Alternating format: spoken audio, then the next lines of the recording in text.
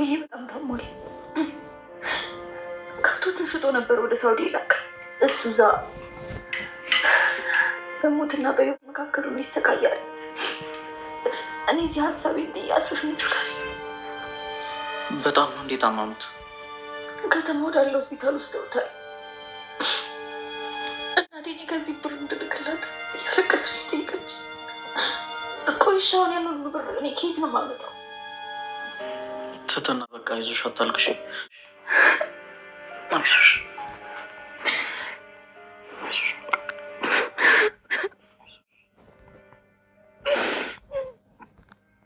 አታልቅሽ፣ በቃ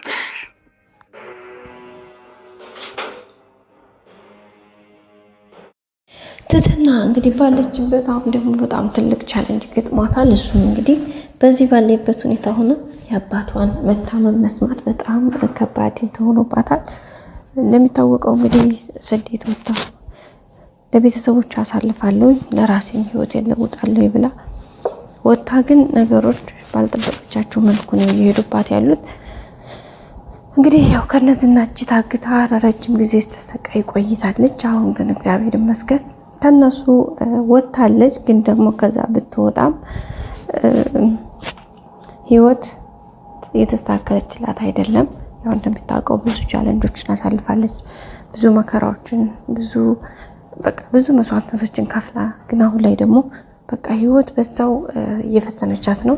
አሁን ደግሞ እንግዲህ ያው በእግዚአብሔር ይመስገን በመድብል አማካኝነት እንግዲህ ከዛ ከስቃይ ከጨለማ ቤት ወጣለች። ግን ቢሆንም ደግሞ አሁንም ይህን ያክል የተረጋጋ ህይወት ነው ያለችው ማለት አይቻልም።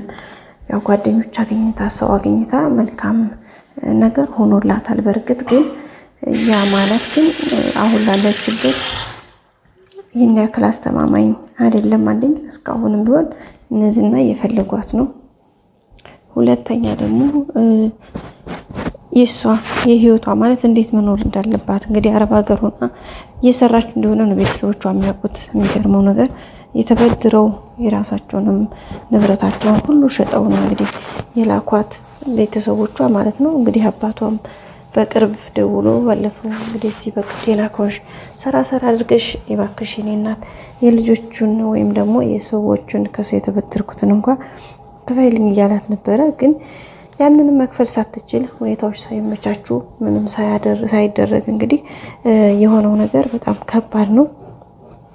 አሁን ለነገሮች በጣም ትንሽ ከበድ ብለውባታል ማለት ነው ቤተሰቦቻችን።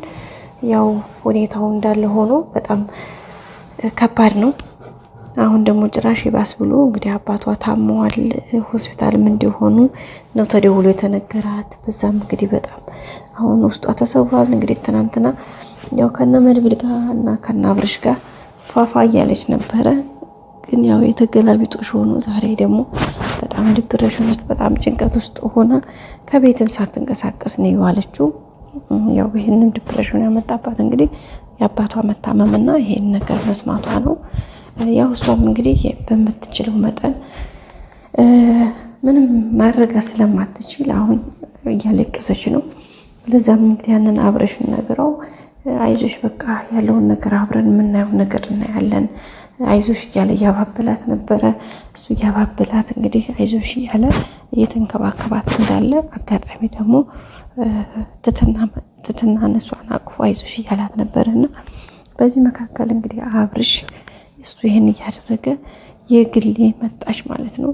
የግሌ ደግሞ ስትመጣ ያው ታውቃላችሁ የግሌ ለአብርሽ ያላት ስሜት በጣም የተለየ ነው።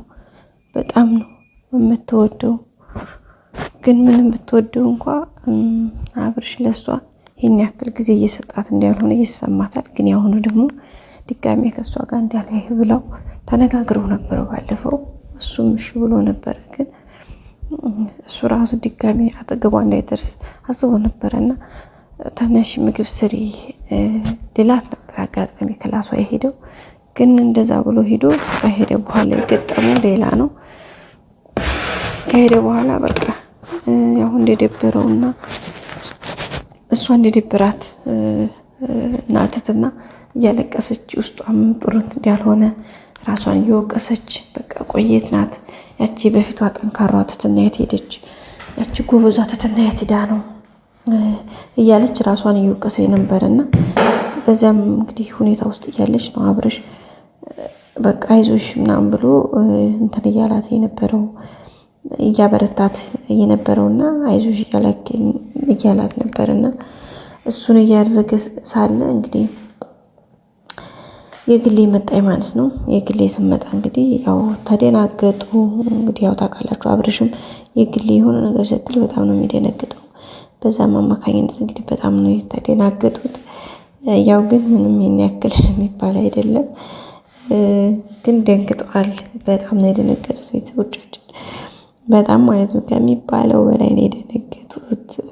ግን ያው እንትን ላለ ማለት እንግዲህ ጎንበስ ቀና እያሉ ቢሆንም ግን በጣም ነው የደነገጡት እውነት ለመናገር ቤተሰቦቻችን።